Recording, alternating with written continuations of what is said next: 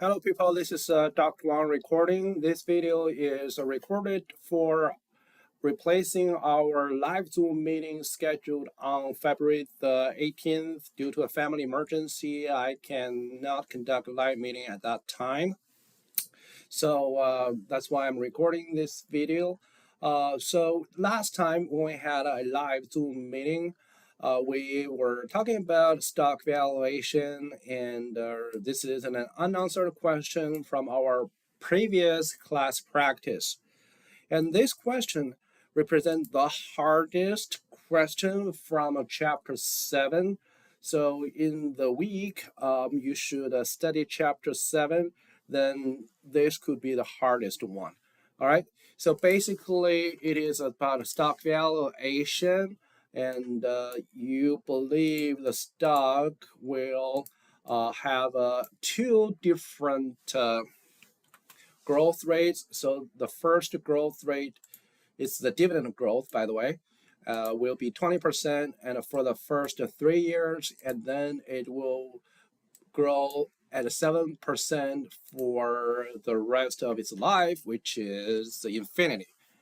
Okay, so you need to answer what is the value of the stock, and this is about solving for present value, and you will need to use some new skills.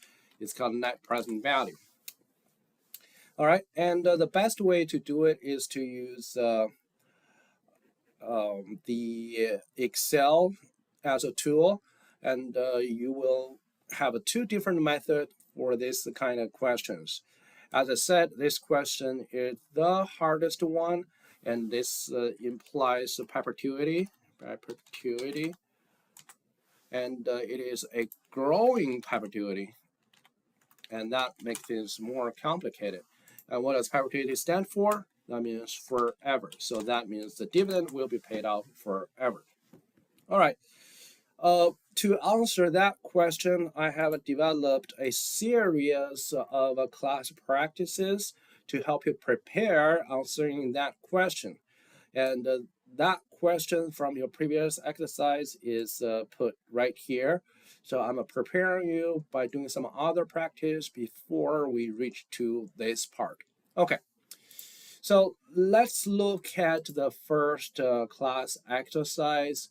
It is a preferred stock, pays a dividend of $10 per year.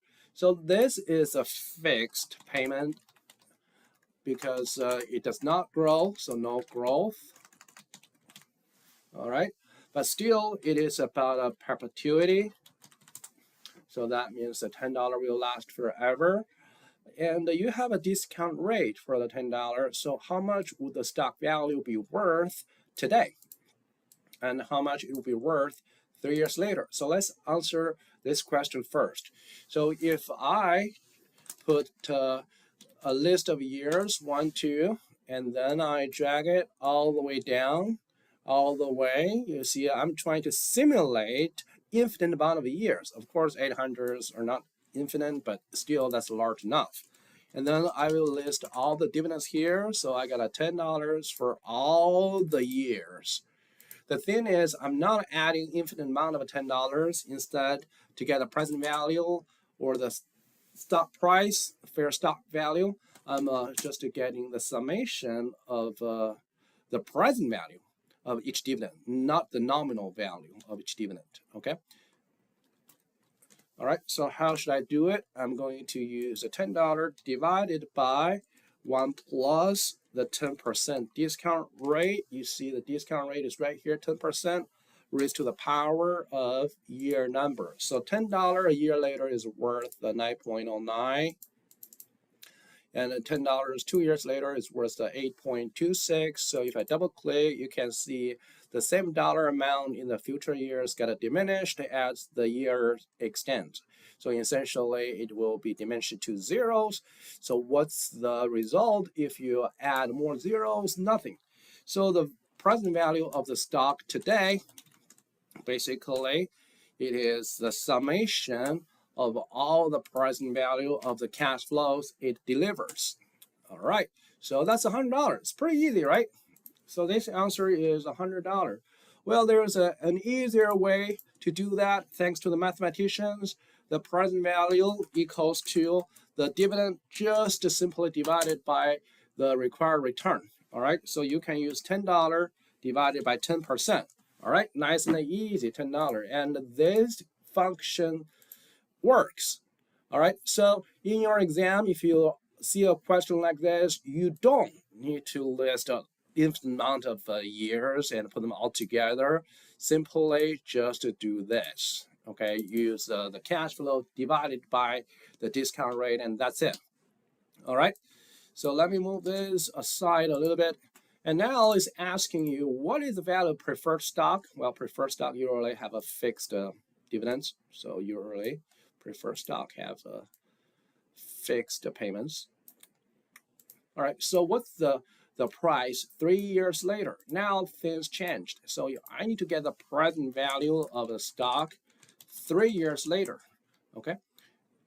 And it is about solving for price 3, okay? 3 stands for at which year the price is. And right here, above, previously, we're solving for price 0, the stock price today, okay? And then you will need to list all the dividends after price 3. So that would be the dividends starting in year 4. Okay, so if you buy the stock at the end of year 3, then the first dividend you would receive is dividend year 4. And then you would get the present value of a dividend at year 3. All right, you see the end of 4th year is 1 year from the end of a 3rd year. So year 4 is 1 year away from 3 years. So you will need to use the 1 year of discount. So still it's the dividend there divided by 1 plus the 10%. Okay, raised to the power of the year number right here minus 3. Okay, year 4 is 1 year from year 3. And you will get familiar present values. So you can see it's the same $10. Instead of discounting for 4 years, you discount it for just 1 year because you are at year 3 now. And then you just get all the present values, and you will see that the column basically is similar to the column before, but with 3 years switch. So if you add all of this together, you will see this is still $100.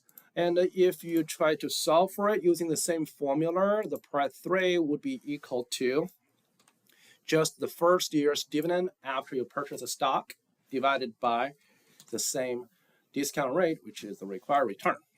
Okay, so this is also 100. So from this example, you should realize that a price of a stock equals to the present values of all its future dividends, okay? And when we get the present value, we need to discount based on the year gap, not the number of calendar years from today. So year gap means from year 4 to year 3, the gap is 1. From year 5 to year 3, the gap is 2. Okay, so you use 1 and 2 for this two. Don't use 4 and 5 as the discount rate when you are solving for this present value of year 3. All right, so now let's move to a harder question. So right here, you have a company paid stock dividend of 50 cents 1 year later. So that means I'm going to change the data. So this is dividend 1, 50 cents. And it's going to have a 5% growth rate per year. So it increases dividend by 5% per year. So that means all the dividends in the future will grow by 5%. So I use the previous year's dividend times 1.05, 1 plus 5%. And then I'm going to just replicate the calculation here. All right. So each year's dividend is the last year's times 1 plus 10%. But it does not scare me, even though the dividend can grow to a very large number, but it is only the present value matters. So I need to change the discount rate as the 15%. Okay, change it to 15%. Okay, and then I just have all the values calculated. So you see 50 cents dividends discounted to present value is 43 cents. This 52.5 cents dividends changed to 0.40 cents. Okay. So change the format a little bit. Okay. And I don't need this column anymore. Oh, maybe I should just put it here. Okay. So what you'll see here is if I try to get to the value here for stock price today, it is $5 when I add all of this infinite amount of dividends at their present values. Okay, and thanks to the mathematician, I can simply use the first year's dividends, so the formula will be changed. It is growing dividend. Okay, growing dividend. So the formula changed. So I need to make an adjustment. I will use the first year's dividend, D1, divided by the required return minus the growth rate of the stock to get price 1. Okay. All right. So how exactly do I do that?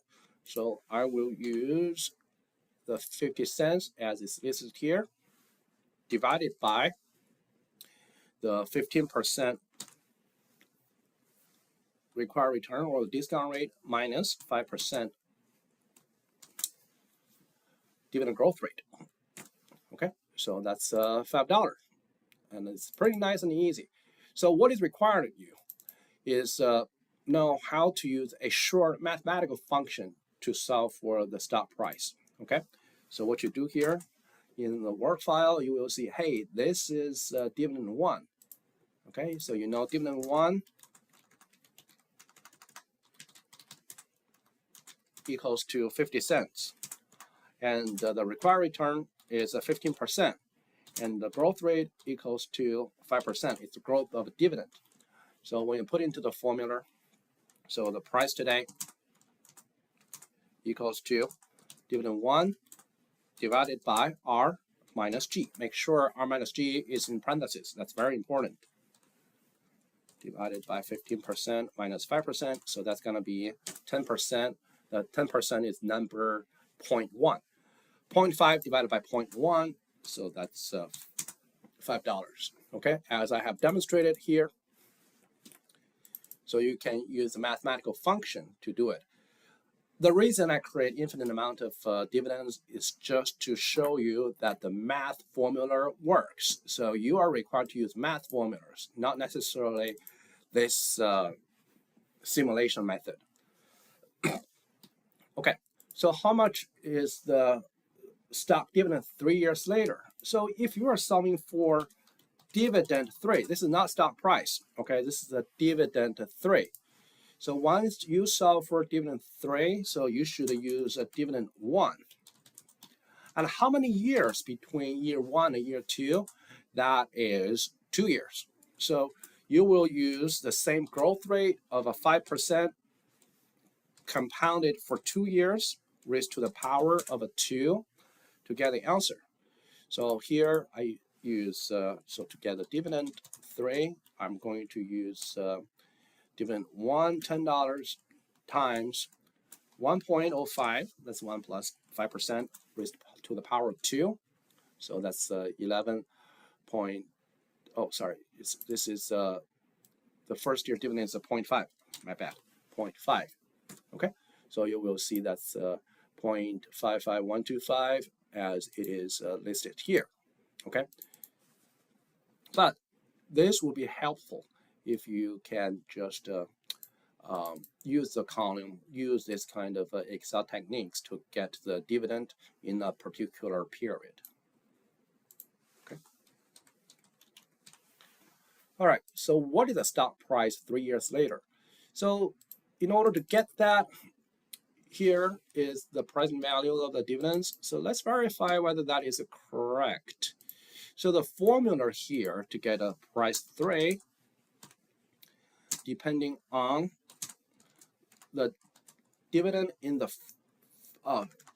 price 3, depending on the dividend in the 4th year, divided by R minus G. Okay, so that's a formula. Do you see a similarity here? If you're solving for price 0, the dividend you put into the formula is dividend 1. If you solve for price 3, then the dividend should be the 4th period. Okay, if you're solving for dividend 20, price 20, then dividend should be dividend 21. Price 100, dividend 101. Price 1,000, dividend 1,001. It's always plus 1 because that plus 1 dividend is the very first dividend a person receives when paying that price at the time. Okay, and you will use R minus the G, and the G applies to the growth rate of the dividend starting from year 4. Okay, since I have done this dividend calculation here, okay, then I also have calculated the present values of the dividends. So I'm going to use the same method to get to the stock price 3. It is the summation of all of them. But as I said, in order to calculate price 3 in a new method, it's going to be different. All right, so I will use dividend 4 divided by the 15% divided by 5%. Okay, that's 5.97. So right here, I did not do the adjustment. It should be 15% all the way. Okay, so you can see now they match. All right, so all I'm saying here is this list is not required out of you, but this method is required out of you. I put the columns here just to let you verify. So in the exam, you should use this method to solve for the stock price. Dividend yield. Okay, dividend yield is a fairly easy concept. So it is the dividend in the first year divided by price today. Okay, so the dividend in the first year is 0.50 divided by the price today. We just solved. It's right here, $5. Okay, so that's a 10% for 0.1. So dividend should be in percentage. Remember that. If you put a 0.1, I don't call it wrong, but it should be expressed in percentage. The capital gains yield. Okay, capital gains yield is just the percentage change for the price only. It does not include the dividend. All right, so how do I do that? So the capital gains yield equals to price 1 minus price 0. Okay, the difference divided by price 0. All right, or mathematically, and this is the easier way to do it, either using your financial calculator, regular calculator, or use an Excel. So it's a price 1 over price 0, then minus 1. Okay. So how do you get price 1? As I said, in order to get a price at a certain time, you just need to get the dividend right after that. All right. So price 1 would need you to use dividend 2 divided by R minus G. So you can see that my dividend 2 is right here. Okay, it's 0.525. All right, divided by 15% minus 5%. So they altogether give you 10% or 0.1. then the price should be $5.25. Okay. Once again, make sure the dividends in the formula and the price you are solving for, they match. Dividend is always one period after it, after the price. The total return is a combination of a dividend yield. When you hold the stock, you get paid or financially better off by receiving dividend. And also, you get financially better off when the stock price increases. So what's the total return here? I'm sorry, in the previous section, I did not calculate capital gains yield. So right here, capital gains yield is price 1, 5.25 divided by 5, then minus 1. So let me calculate.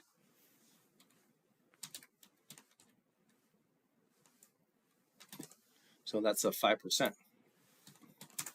And for the total return, it would be 10% of a dividend yield plus 5% of capital gains yield, and that's a 15%.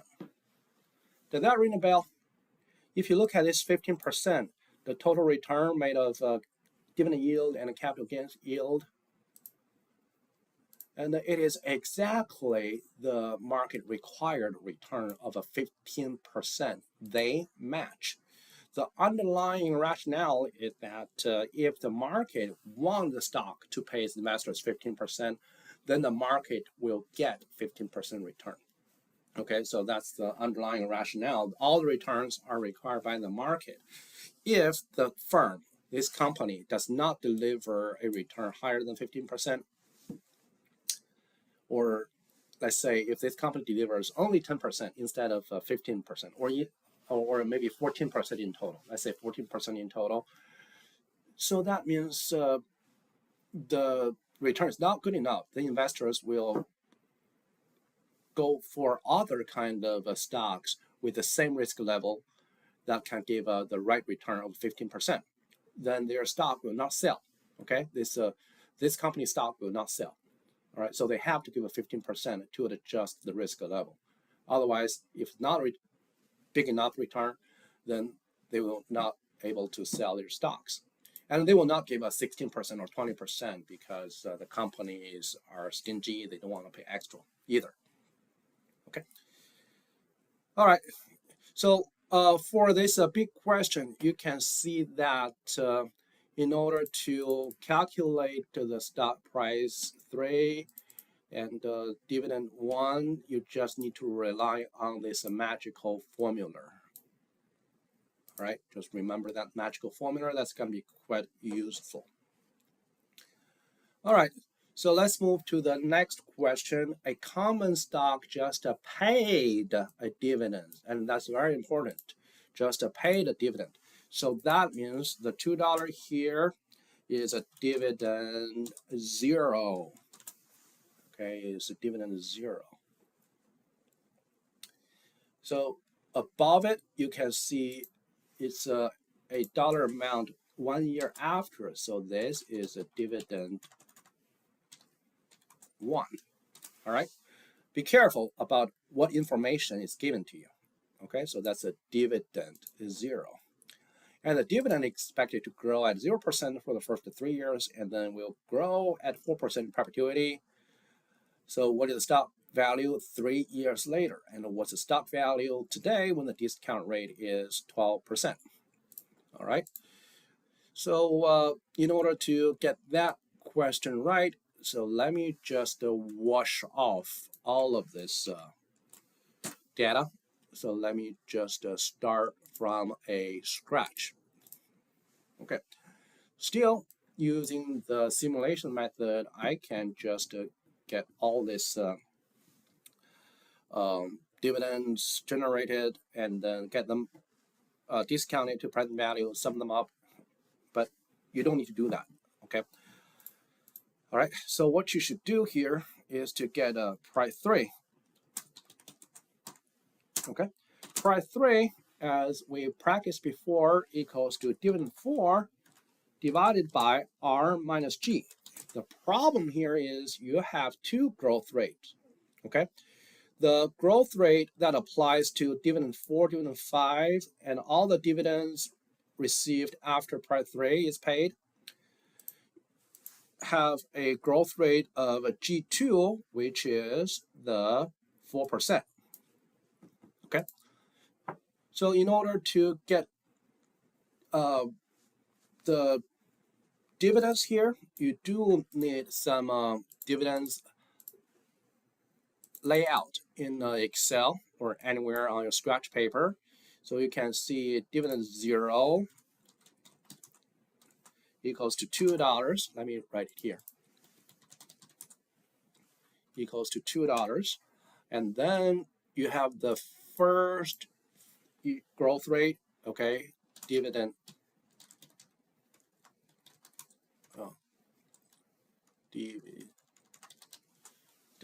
growth rate 1. And this is 0%. Okay, and then you have a dividend growth rate 2. Sorry about my typing. That's 4%. And the first stage lasts for 3 years. So first stage lasts for 3 years. So let me just put number 3 here. Okay, and this problem is called a two-stage growth model problem. Okay, two-stage growth model. Okay, so you will need to solve for dividend 1, 2, 3, and then dividend 4, because you are going to use dividend 4 to solve for price 3. Okay, you are going to put yourself in a scenario. I am holding the stock for 3 years. Okay, you are not holding the stock forever. You just hold the stock for 3 years, and you begin your valuation. Then that comes with a stock price today, and that price is just the same as the price you hold it forever, for perpetuity. Okay, you hold the stock for 3 years, and you will receive 3 years of cash flow. You will receive a dividend 1, dividend 2, dividend 3, and then at the end of the 3rd year, you will receive a price 3.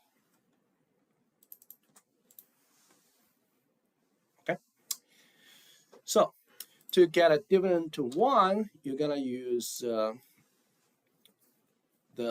dividend 0 times 1 plus the first growth rate.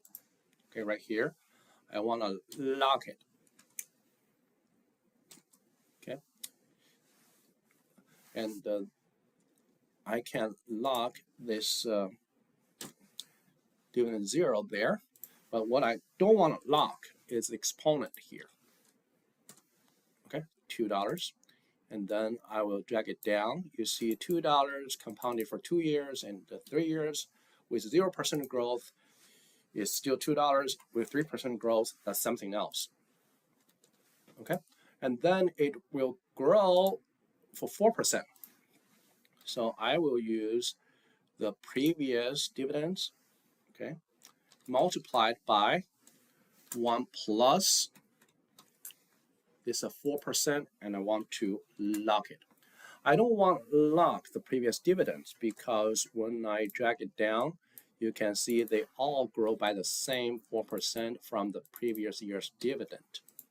Okay, but for all the dividend in year 1, year 2, and year 3, they follow a different method, which is dividend 0 times 1 plus the growth rate in this stage raised to the power of whichever year number it is. Okay, but I don't need dividend 4, 5, 6, 7, 8. I don't need a dividend 100 or dividend 1,000. This is good enough. 4 years of a dividend is good enough. So let me repeat. If you have 3 years for the first stage growth, then you will need to solve for 4 dividends. Dividend 1, dividend 2, dividend 3, and dividend 4. And that's it. All right. And the 4th year dividend is to help you get price 3. You use dividend 4 divided by the discount rate of 12% minus the growth rate in the second stage. Okay, let me put the discount rate here. Discount rate is just the market required return. It is also the total return from the stock. So this is 12%. Okay, so let me link the calculation here, 12%. Instead of typing it, I just borrow it from there. Okay, and for dividend 1, 2, 3, I just borrow from this list. Okay, so now let's talk about price 0. Price 0, if you hold it for 3 years, incorporate the cash flows in the 3 years. Okay, you hold it for 3 years, you receive 3 years of dividends, and then you sell it, you will get the price 3. So in order to answer this question, you truly need the NPV function of the Excel, no matter capitalized, lowercase, or uppercase. Then the rate here is the discount rate for the cash flows. In the first year, you got $2 for dividends. In the second year, you got $2 again. In the third year, it's different. You're not only getting dividend 3, but also you sell the stock and collect $26 based on the price then. Okay? And this would give you the stock price today. All right? So there's another way to solve for price 0, and you're not required to do that. That way it is. So after you solve for the first 3 years of a dividend, you just drag it down. I'm sorry, I don't like this color. Okay, you will have your dividend keep growing at 4% from last year to this year. And then you will need to discount each of year's dividends with the same discount rate. You need to lock the discount rate and then raise to the power of the year number. Okay, and then double click. You can see that the dividend, even though at the same $2, is getting less and less present values, even though dividend is growing a little bit, but because the discount rate is larger than the growing rate, then you still have a diminishing present value down to 0.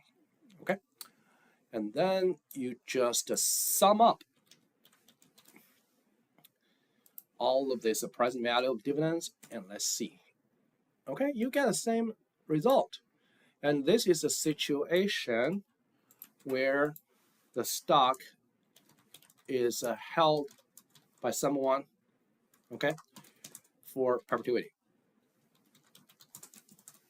Okay, when you put the situation in 2 different scenarios, you hold it for 3 years until the end of the first stage, or you hold it, someone hold it, or some institution, some trust hold the stock for perpetuity, you get the same result. And this method is required out of you. Okay, let me repeat the process again. So number 1, based on the time length of the first stage, okay, you solve for dividend 1, 2, 3, and 4. And step number 2, you solve for price 3 based on D4 and G2, the second growth rate. And then you solve for NPV as price 0. Okay, so that's the method.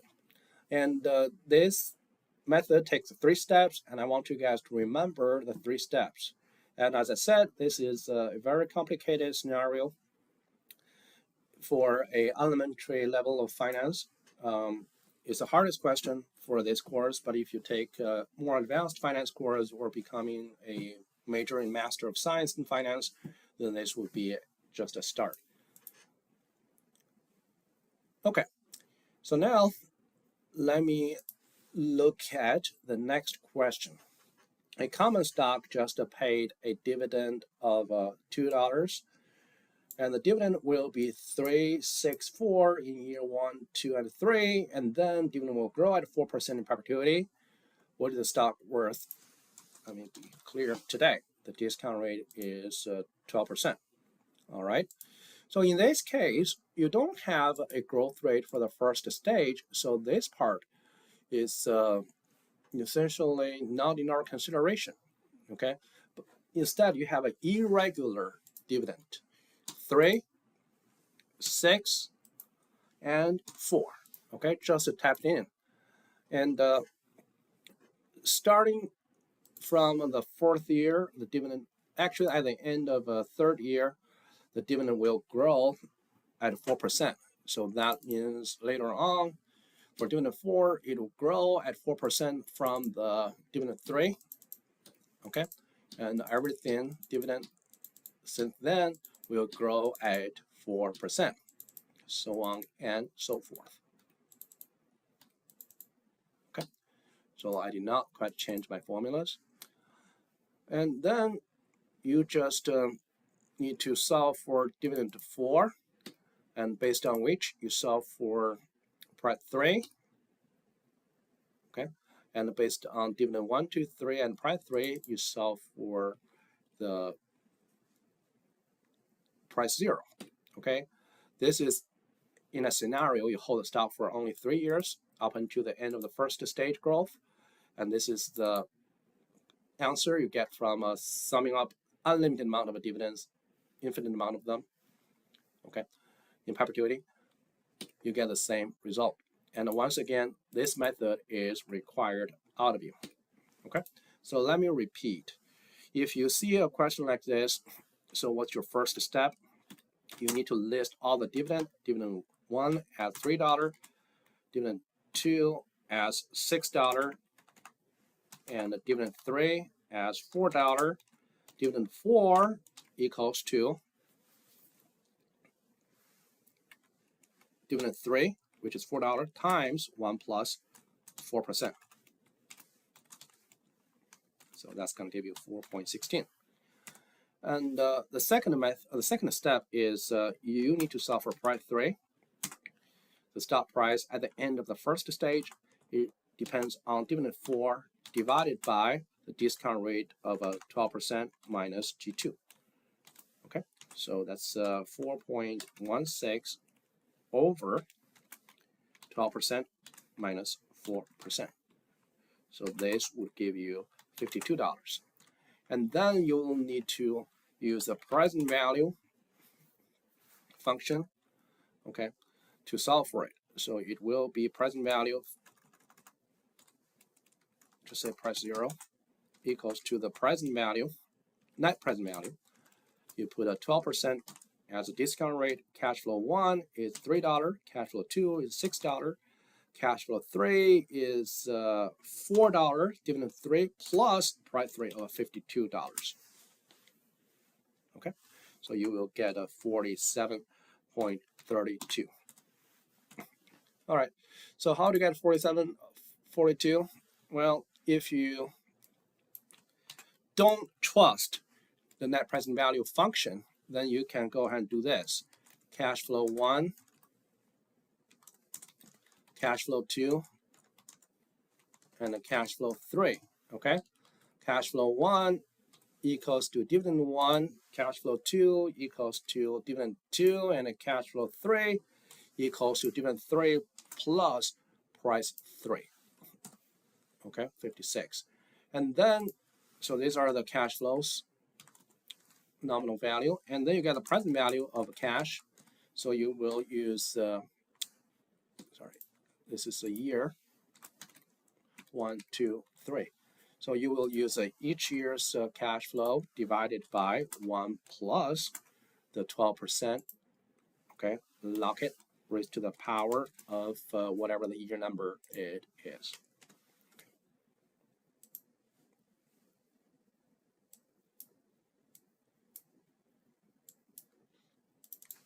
Okay, so if I drag it down like this, discounted for 2 years, discounted for 3 years, and then I can just sum them up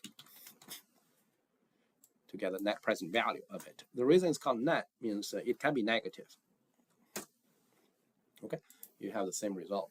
All right, you don't need to take these unnecessary steps. Just follow my instruction. As I told you, this one is the easiest, no matter you put it in Excel or using your financial calculator.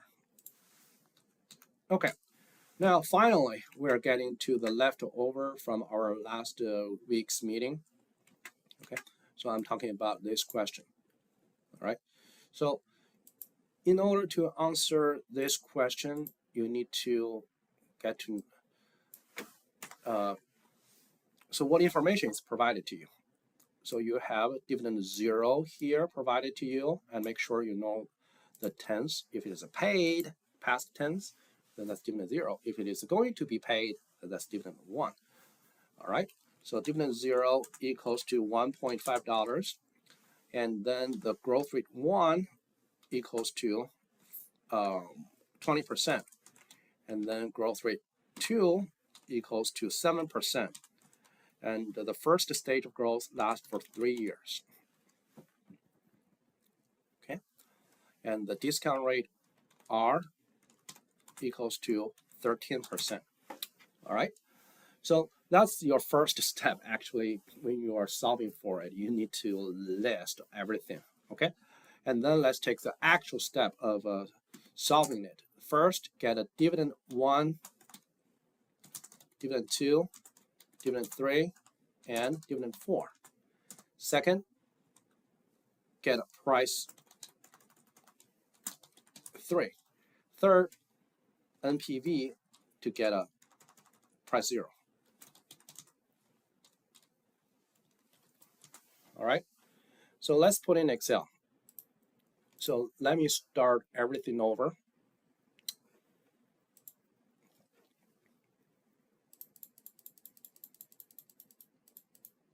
Okay, so you have dividend 1, dividend 0, just D0. That's 1.5, okay? G1, 20%, G2, 7%, R, 13%. Okay, and you have 3 years. Okay, so 3 years in first stage. 3 years, not percentage. Okay,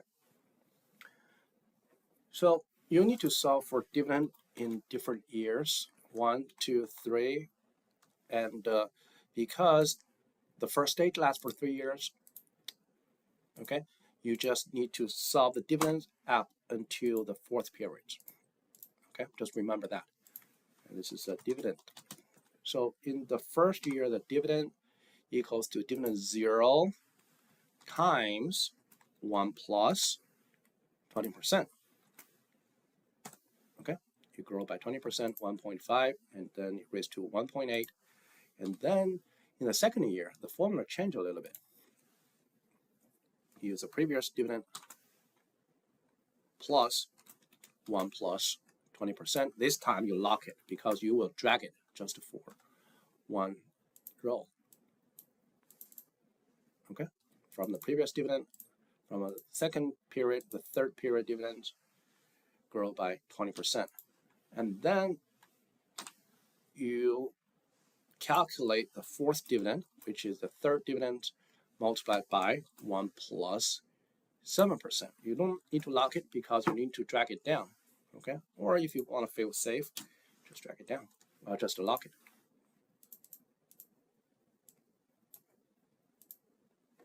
Okay, and then what's your next step?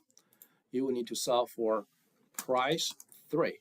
Price 3 equals to dividend 4 divided by the discount rate of 13% minus 20%. Nope, it's not 20%. It should be 7%, because 7% is the growth rate starting from the 4th period, starting from dividend 4. Okay, so this is the result.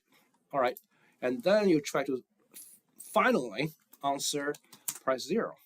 And it is the NPV. You put the rate here. You have 3 rates. Make sure you put the discount rate. 13%. Okay, don't put G1, don't put G2, you put R, the discount rate, or the required return.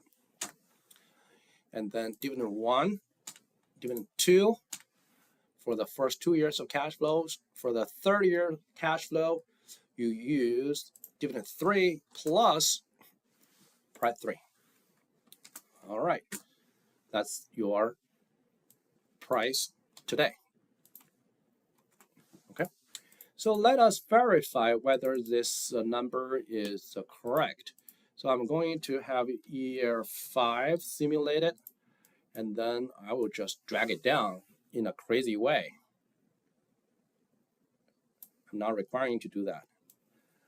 Okay, and then for the dividends here, starting from year 4, before you drag it down, make sure the discount rate, the growth rate is locked, and then you double click. And the next step is to get the present value of a dividend. So for each year's dividend, make it divided by 1 plus the discount rate, make sure it's locked, but you don't lock the exponent for year 1. That's your exponent.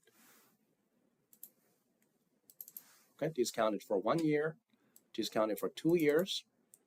Okay, using the same rate but different dividend, different year. And then double click. All right, and then I'm going to sum up all of these present values. Control Shift down. I got the same result. Okay, so which means this method works. So that's some formula you should rely on. All right, so get back to this class exercise. I'm just putting all the answers here. Okay, so once again, you don't need this column. Okay, and you don't need any value, any dividends after year 4. Okay, so that's the result, and it also tells you about the formulas.